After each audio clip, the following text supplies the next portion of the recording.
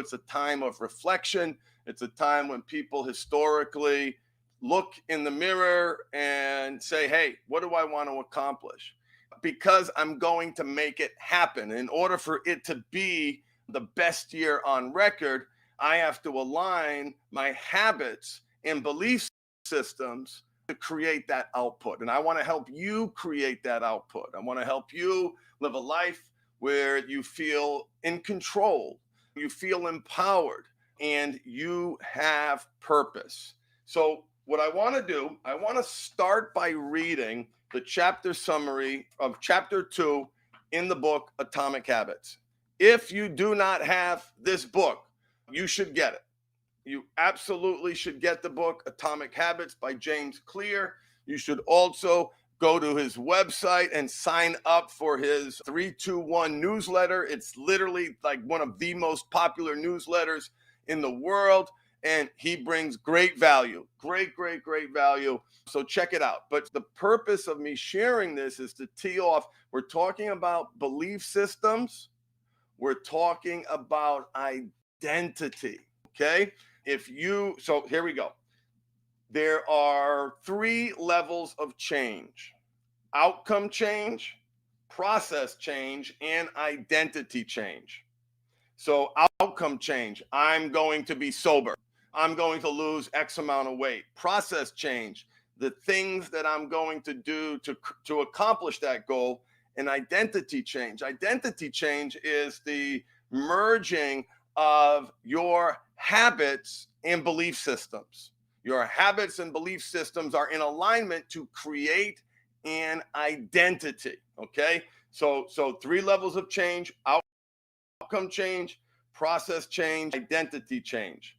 The most effective way to change your habits is to focus not on what you want to achieve, but on who you wish to become.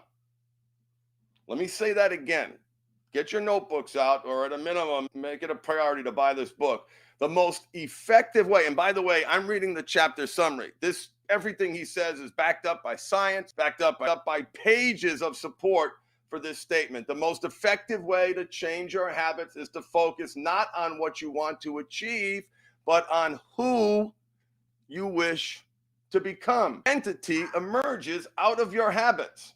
Every action is a vote for the type of person you wish to become. Becoming the best version of yourself requires you to continuously and to upgrade and to expand your identity.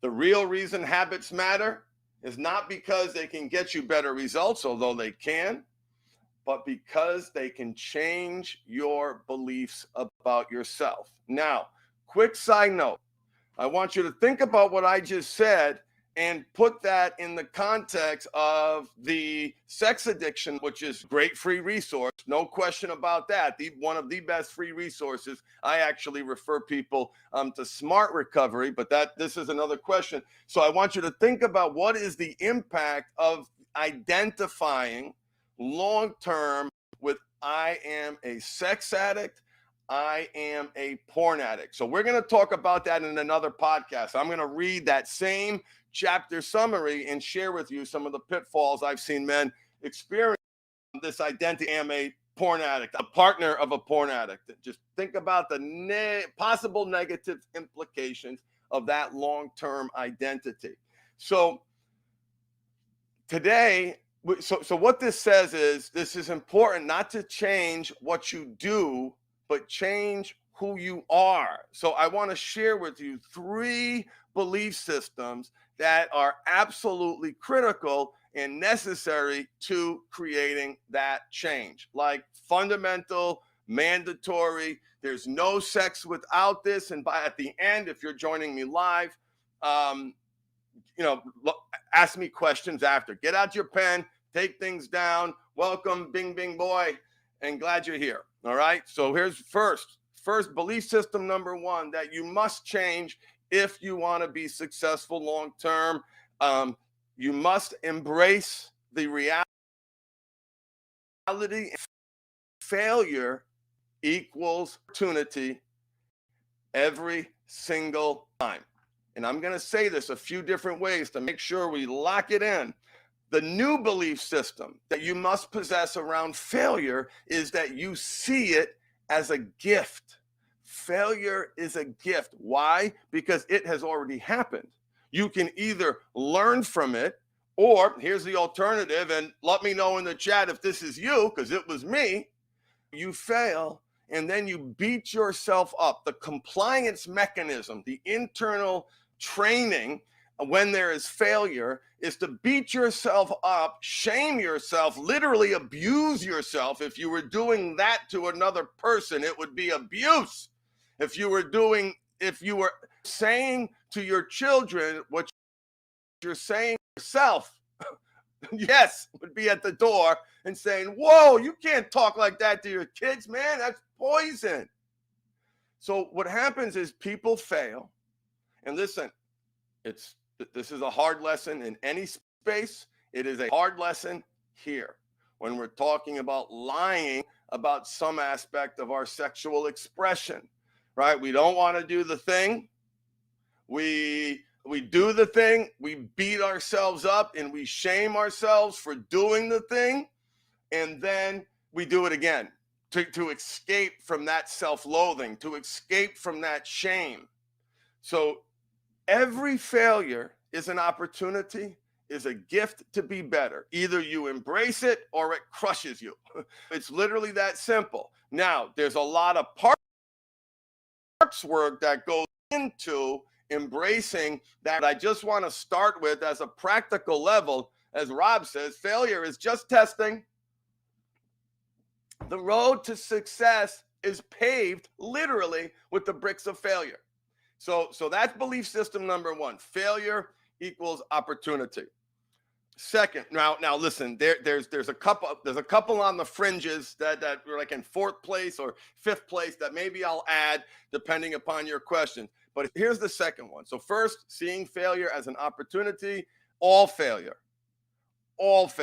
never not embracing the gift of failure. Okay, you fall down, you get back up. You know it, but you have to learn. You have to internalize that. You need to create habits in alignment with that belief system. What are your failure protocols? That's something you can write after this broadcast. Second, to break a habit, you have to make the right habit that meets the right need. Let me say that again, because they're all important. Nothing on this list is insignificant. Failure equals opportunity, finding the gift in failure, really important. Number two, I call number two the golden rule of behavior modification, and that is to break a habit, you have to make the right habit that meets the right need. Okay, you may have heard to break a habit, you have to make a habit. Now listen, that in and of itself is important, because what it says to you, what it says to me, is that if you want to be successful in not doing something, you have to do something else. And one of the limitations of the disease-based model, it's focus on the symptom. And by focusing and by having all your focus around not doing something, which is great, that certainly makes sense and obvious, but if it is not counterbalanced with how often you are doing something else, you're not going to be successful. It's just how it goes. It's just, to break a habit, you have to make the right. Now, let me finish the other part of the equation, the right habit that meets the right need. What the hell does that mean? What that means is that every single one of your bad habits is meeting a need in your life. I'm going to say that again, because you're going to, what about that bad habit? What about that bad habit? Every single one. Smoking, drinking, gambling, watching porn, getting angry, criticizing yourself, self-sabotage.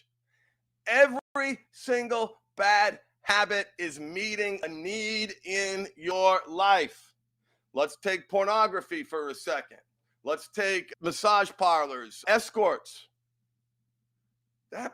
And listen, this is so important. That behavior, not only is it meeting needs, it's been meeting needs for decades, mostly back to childhood. And it is a very effective emotional and physical regulator. You want to escape from pain? You want to escape from feeling like a piece of shit? You want to escape from the stress of work, the anxiety of this? You want something that's yours, something in your life that's yours. You give to other people and work so hard, you've got nothing left. You've got this. Watching naked people having sex is meeting so many needs. The physiology in the brain, the reduction of the stress level cortisol, the release, the escape. It is serving very powerful needs. And what happens is a lot of people have demonized that part of themselves. They see that part of themselves as disease. They want to disown. They want to reject. They want to exile this part of themselves. And what they don't realize, and what you may not realize, the more you exile that part of yourself, the more power that part has, because that which you resist persists. So to break a habit, you need to understand the needs that this behavior is meeting. One of the first main exercises that we do in the Mindful Habit program is called the positive attribute exercise. One of my favorite exercises, period, bar none. And that's where the client takes a sexual and a non-sexual bad habit and identifies all of the quote unquote positive attributes of that behavior. That's an unmet needs exercise. The goal of that exercise is to get you thinking about, as destructive as this behavior may have caused in your life, you have to understand that it is meeting a need. It is doing something for you, and it's critical to understand that, because the golden rule of behavior modification is to break a habit, you have to make the right habit that meets the right need. Write that down, live that like you do your commandments. To break a habit, you have to make the right habit that meets the right need. So quick recap on the mandatory belief systems that must change. You must create and build an identity around, number one, failure is a gift, always. Learning to respond to failure is a critical component on the path to success. It changes how you show up professionally. It changes how you show up personally. You are constantly in a state of Kaizen, continuous improvement. You create a culture of success in your life when you embrace that reality. The second one that I just talked about is the golden rule of behavior modification, a critical belief system that you must embrace and live if you want to be successful, and that is to break a habit, you have to make the right habit that meets the right need. Okay, the third one. I asked a client that I've been working with for years, what was the most impactful thing that I said to him? And I asked this of a few clients, and this is their answer. Now, I will say that you can read the quote, hundreds of quotes on failure. You can read the hundreds of quotes on to break a habit, you have to make a habit. There are layers to this work, and there comes a moment where you have this cathartic awakening, leveling up, if you will, to use a video game analogy, where you have now grokked, you have now internalized that belief system. Because failure equals opportunity, always. That's a tough one. To break a habit, you have to make the right habit that meets the right need. That's a tough one to embrace, especially for people who have spent years, and in some cases decades, obsessively focused to this. So I want you to write these things down and recognize that while they may sound to you like platitudes, you heard them before, I promise when you are ready, and you continue to work on yourself and you embrace these belief systems into the fabric of your reality, they become not just words you live on a page, but an identity. There's an identity. That's how you see yourself and how you show up to the world. There's a belief system that you learn and grow from every mistake that you make, even the stupid ones and even the bad ones. There is a identity where you have internalized the reality that to break a habit, you have to make the right habit that meets the right need. It becomes a way of life, Second, third, here's what a client said was the most impactful belief system. And notice I'm hesitating delivering the punchline because it's okay, that makes sense. But let me say it. And then if you have any questions about anything that we're talking about, please ask, okay? We got the chat going. If you're listening to this recorded, great. But if you want to be part of these live streams, I live stream on YouTube, on Facebook, on Twitch, and LinkedIn.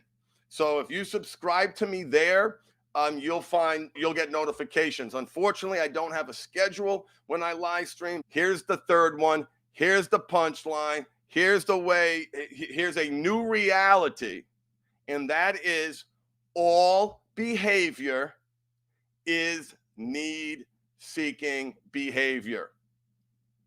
I'm going to say that a couple of times. I'm going to say it from a couple of different perspectives, and I'm going to strive to explain to you why that is so important, why parts work is so important, the internal family systems model is so important, and why the demonization, the diseasification, the demonization of your addict part is actually causing harm.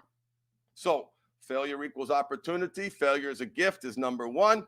Number two is to break a habit, you have to make the right habit that meets the right need. Number three is a reality that you have embraced, that you have internalized into the cells of your body, into the fabric of your reality, is that you recognize that everything you do, every step you take, every movement you make, every word that comes out of your mouth, every slip, every angry outburst, every judgment, every criticism, every single thing that you do is need-seeking behavior.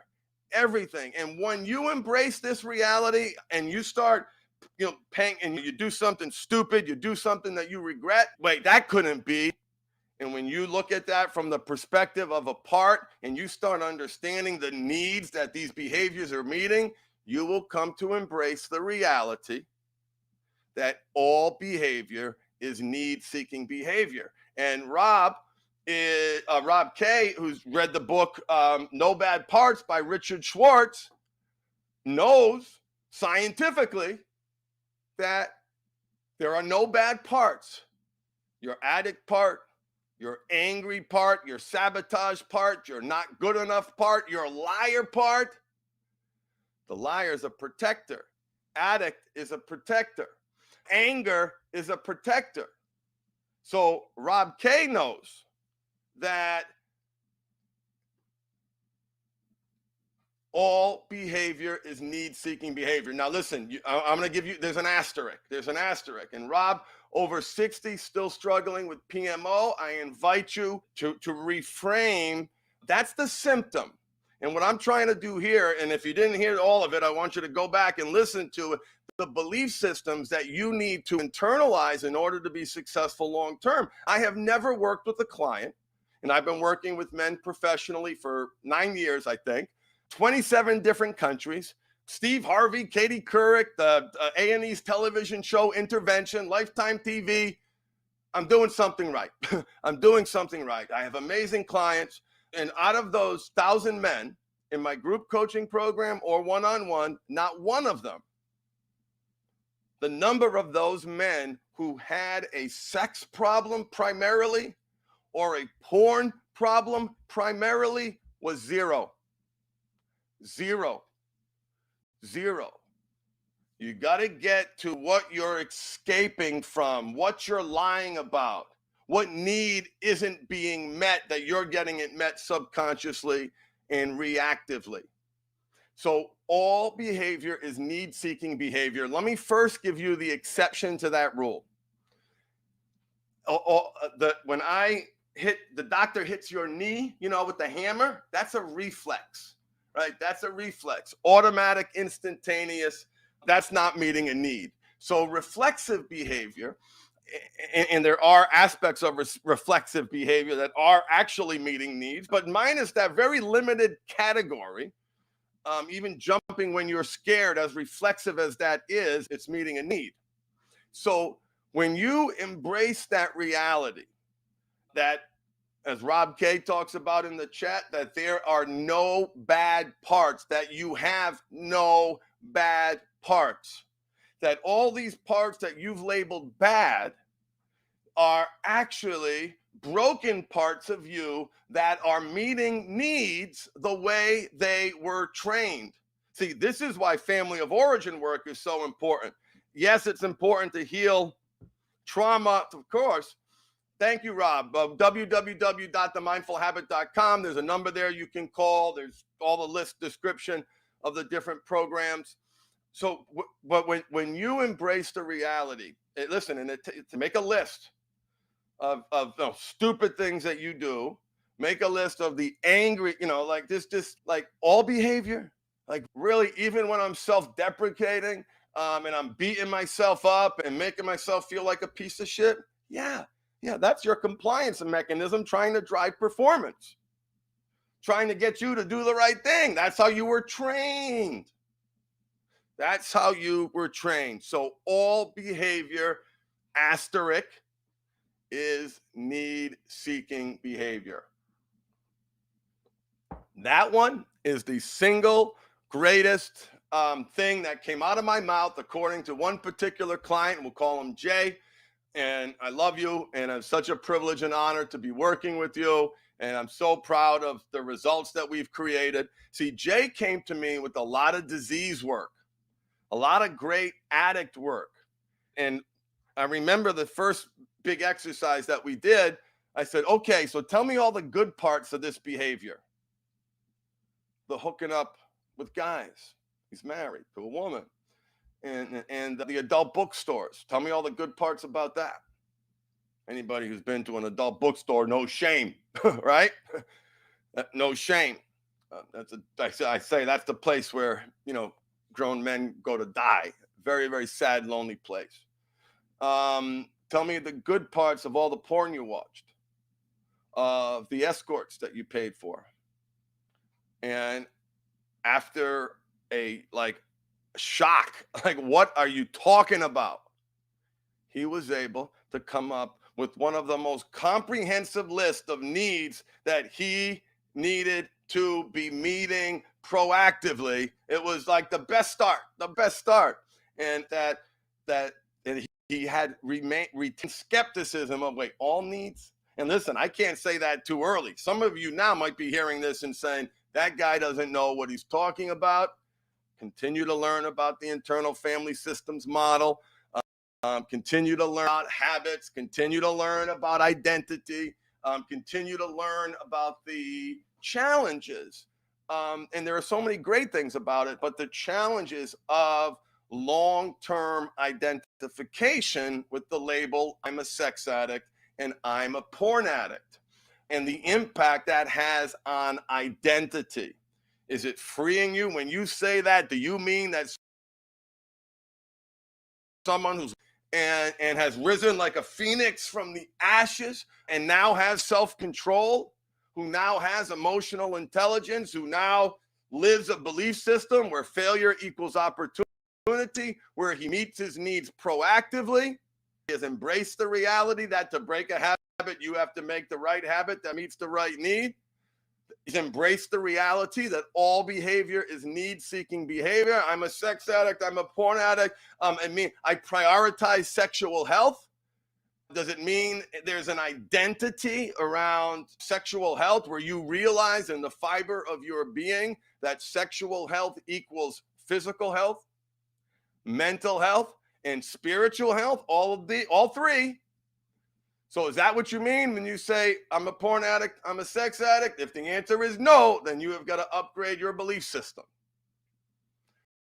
You have to upgrade your identity, and you take the best of that model and you add to it atomic habits. You add to it the internal family systems model. Maybe you add to it the mindful habit system. where we dive deep into these concepts because they are so important. They are mandatory. So if you started late, listen again because I read the chapter summary from the book Atomic Habits. Thank you so much for listening. Thank you for sharing with me your precious time, your most valuable resource. And I'm going to do my best to keep these lessons crisp, concise. That is an absolute challenge for me because I love to talk. And so I will go off on tangents, but I'm going to really to think about how can I be more crisp? How can I be more concise? TikTok has taught me how important it is to be crisp and concise in the delivery of your message, how much value there is. It's kind of like the opposite of that is searching for a recipe. You go online to search for the recipe, and because of SEO, you've got 6 paragraphs of how this recipe helped someone and came from grandma and how it, I just want the recipe. I just want the recipe. Now, I just want the belief systems. I just want the habits. I just want the identity. These concepts are complicated. I'm going to do my best to explain them in a way that brings value to you. So I want your feedback, and I'm going to get ready to wrap up in the next 60 seconds unless I get a question in the chat. And today we talked about the 3 belief systems that you must embrace, that you must become, that you must internalize in order to be successful long term. Belief system number 1, failure equals opportunity, and failure is always a gift. Embrace that reality. Your life will change. Second belief system that you must internalize and embrace is to break a habit, you have to make the right habit that meets the right need. Why is that important? Why is that like the golden rule of behavior modification?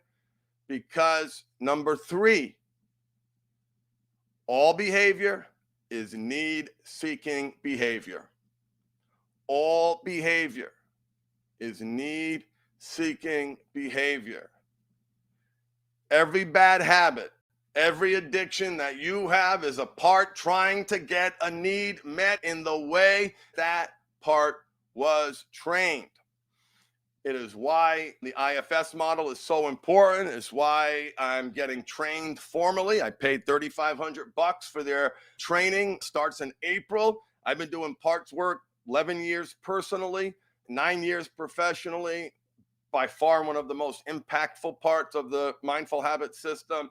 And what it gives you is, what do you do about that trauma, about that past, about that training?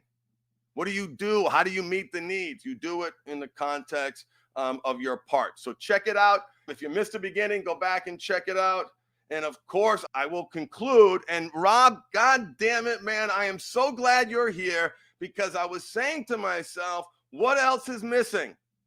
Something is missing. And I wrote down, to be successful, you must prioritize self-care, rooted in self-love. And I said, nope. That comes with these other things, right? What was missing and what I was missing is the cure for your addiction. And thank you, Rob. The cure for your addiction, for your bad habits, for your anything is the aggressive pursuit of a great life. It means that if you don't want to get needs met this way, you're going to be on your game. You got to be successful. You've got to have purpose. You've got to exercise self-control. You've got to have emotional intelligence. You've got to be able to manage stress and anxiety effectively. You've got to have community. You've got to prioritize sexual health. What that means is the aggressive pursuit of a great life. Bob, thank you everybody for joining me.